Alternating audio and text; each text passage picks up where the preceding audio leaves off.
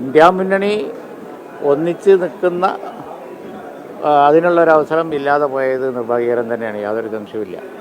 India മുന്നണിയിൽ ഉള്ള ഭിന്നിപ്പ് കൊണ്ട്, അതായത് മതേതര പാർട്ടികൾക്ക് ഇടയിലുള്ള ഭിന്നിപ്പ് മാത്രമാണ് BJP അധികാരത്തിലിരുത്തുന്നത്.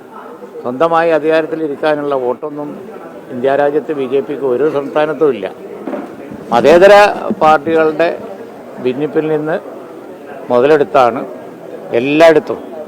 ഇപ്പം മഹാരാഷ്ട്ര ഒക്കെ എല്ലാം നമ്മൾ അനലൈസ് ചെയ്ത് നോക്കുകയാണെങ്കിൽ ഇത് വ്യക്തമാവും.